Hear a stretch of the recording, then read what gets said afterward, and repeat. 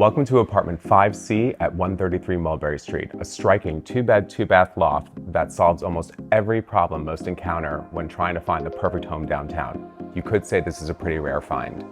A couple of things that I love about this home. First off, it is incredibly quiet. Considering it is nestled right between Soho and Nolita, both very trendy neighborhoods with bustling nightlife, you don't hear a single thing when you're in this apartment.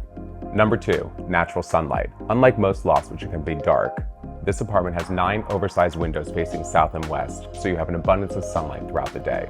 Number 3, 133 Mulberry has an attended lobby, so residents feel a sense of safety and security, and your packages always arrive on time.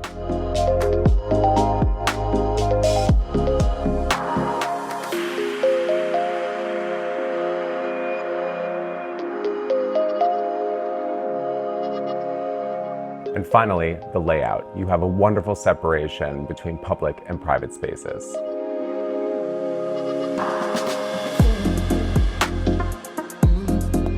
And if all that wasn't enough, 5C comes with a private deeded rooftop cabana with a living and dining area and sweeping views from the Empire State Building to Lower Manhattan.